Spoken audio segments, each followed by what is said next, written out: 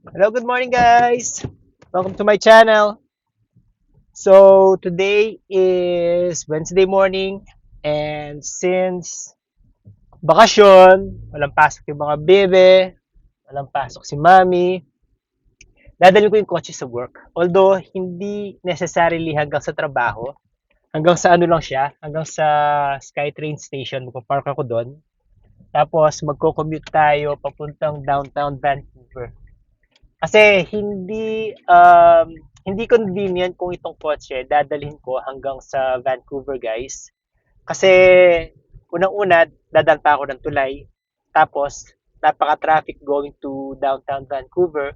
So, mas maganda na i-park ko na lang siya hanggang doon sa River Rock.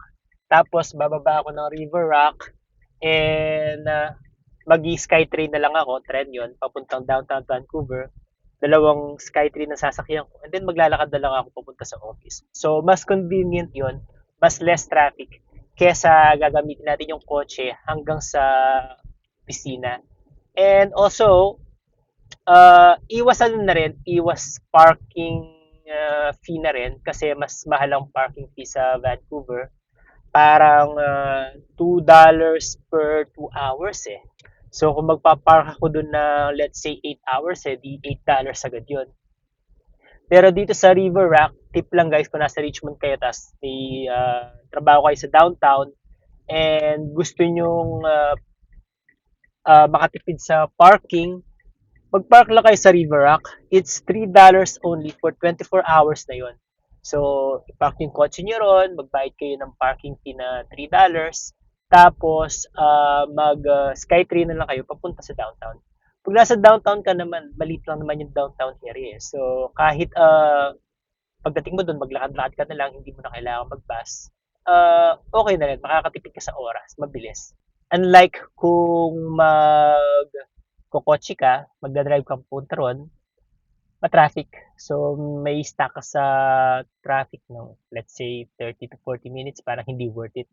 Lalo na pagdating sa tulay, nagba-bottleneck kasi halos lahat ng nagtatrabaho sa Vancouver, doon lang sila dadaan sa tulay na yon. So, medyo matatagalan talaga. So, for today's vlog, guys, gusto kong pag-usapan natin yung pagpunta sa work, yung experience dito sa Canada pagpunta sa work, and yung experience natin sa Pilipinas pagpunta sa work. So, yun ang gusto natin pag-usapan. Tara, samahan niyo ako.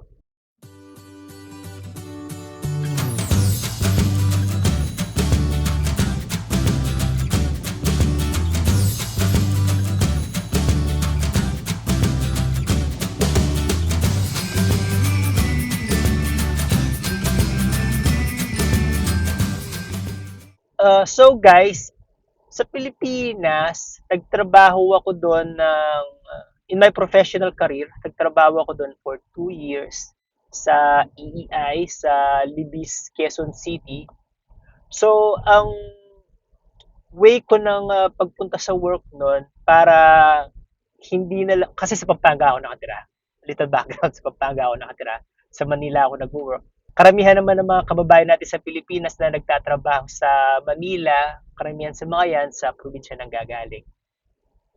So isa ako dun sa mga nagtatrabaho from the province going to Manila, pero para makatipid ako sa pamasahe and sa travel time na rin, na nangupahan ako sa Manila. So every Monday morning or Sunday afternoon, magko-commute ako papunta sa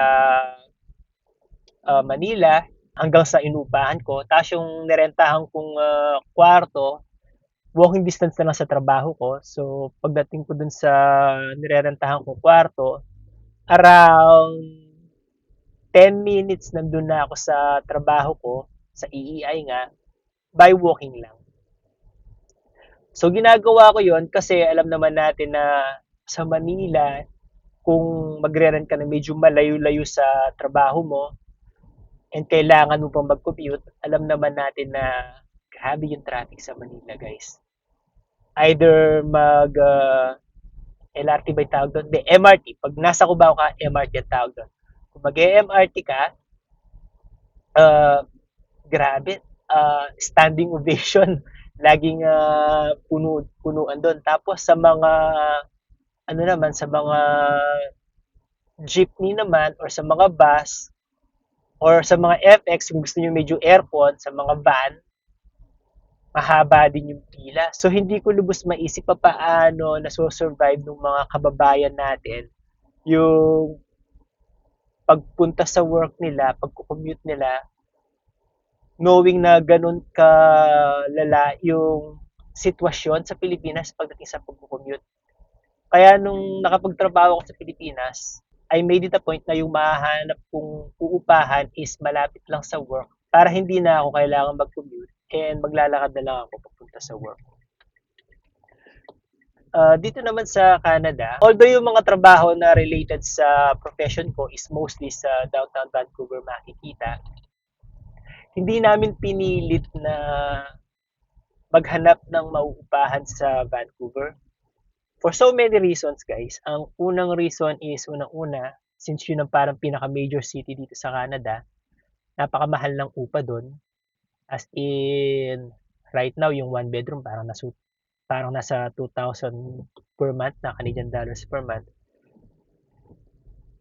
Pangalawa, since it's a city, uh, parang matatali ka lang doon sa kwarto mo. Pag lumabas ka, although may mga playground here and there, medyo malalayo, parang hindi mo maramdaman na, ano ba to, nasa rural area ka na, puro mga building, puro mga sasakyan, yung aabutan mo paglabas mo. So, ang ginawa namin is nangupahan kami sa Surrey, tapos ngayon nga na nakahanap kami ng bahay dito sa Richmond. So, yun yung ginawa namin kasi mas convenient para sa mga bata na ayaw papasukin ni truck. Ayun ba yung pasok ko? So, mas inisip namin yung neighborhood over convenience kasi nga may mga anak na kami. So, mas malapit kami sa school, si mami mas malapit sa work. Ako lang yung kailangan mag-sacrifice. Pero kung magfo-focus tayo sa pagko-commute, since yung commute ko is from Richmond to Vancouver, sa umaga inaabot ako ng mga 70 to 80 minutes or 1 hour and 10 minutes or 1 hour and 20 minutes going to work. Pero sa hapon, pag umuwi na ako, inaabot ako ng isa't kalahating oras para lang sa pag-uwi. Kung iisipin natin, parang ang daming oras na nasasayang, di ba guys? Kasi syempre, pag tinimes 2 mo yun, doon na tayo sa maximum.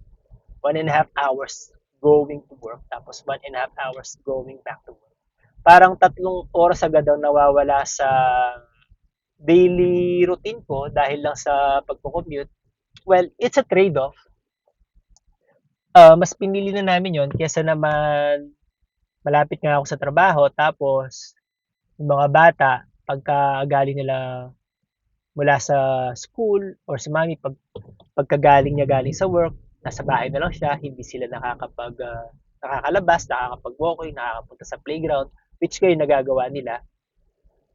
Pagdating naman sa pagko-commute, sumasakay ako ng bus kapag may pasok, sumasakay ako ng bus. So, yung mga bus naman kasi dito is hindi katulad sa Pilipinas na every second, every minute parang may dumadaang bus na sasakay ka. Dito, naka-schedule yung mga bus dun sa tinitirahan namin.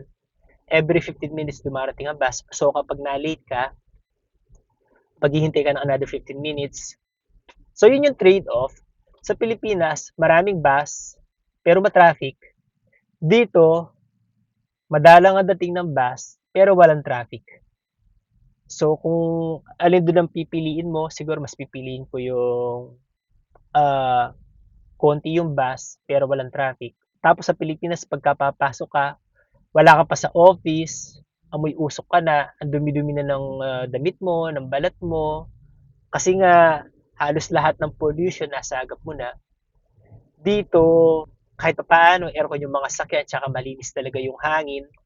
In terms of travel time, siguro mabilis sa Pilipinas.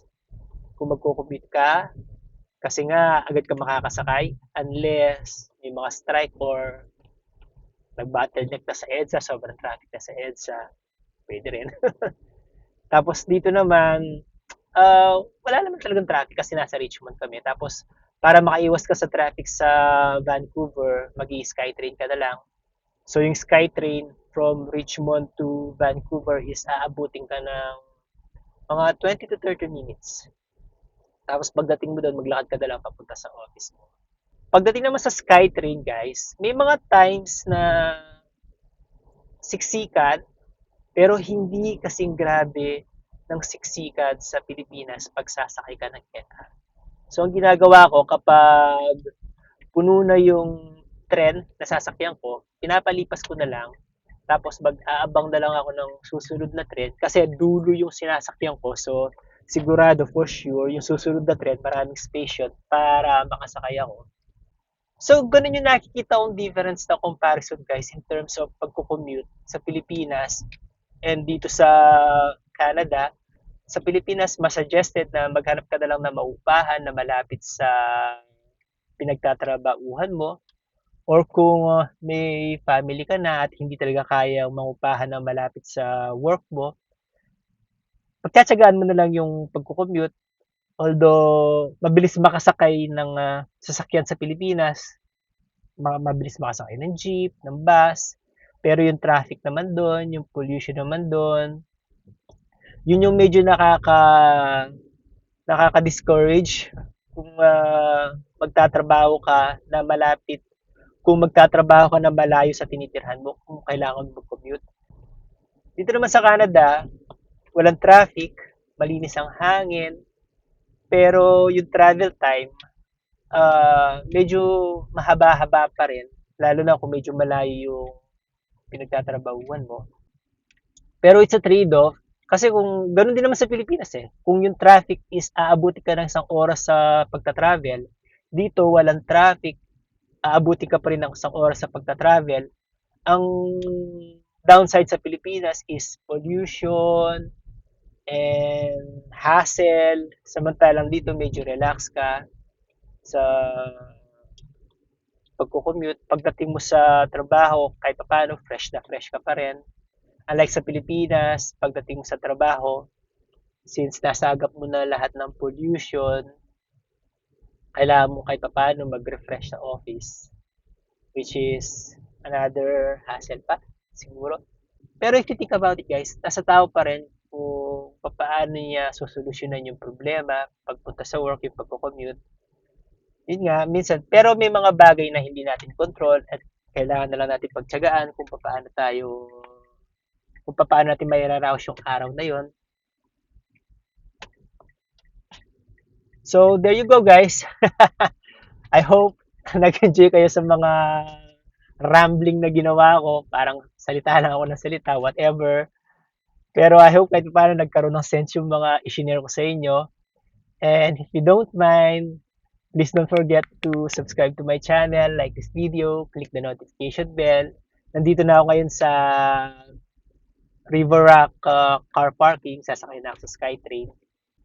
And also, if you don't mind, please hype this video na rin para i-promote ni YouTube yung video natin. Nakakatulong sa algorithm, lalo na yung mga comments ninyo. Hanggang sa susunod, guys. Maraming salamat. Bye! We wanna chase the night, wanna dance to the light, pull the stars from the sky, just two hearts running wild. Never sleep, never stop, as we shout from the top.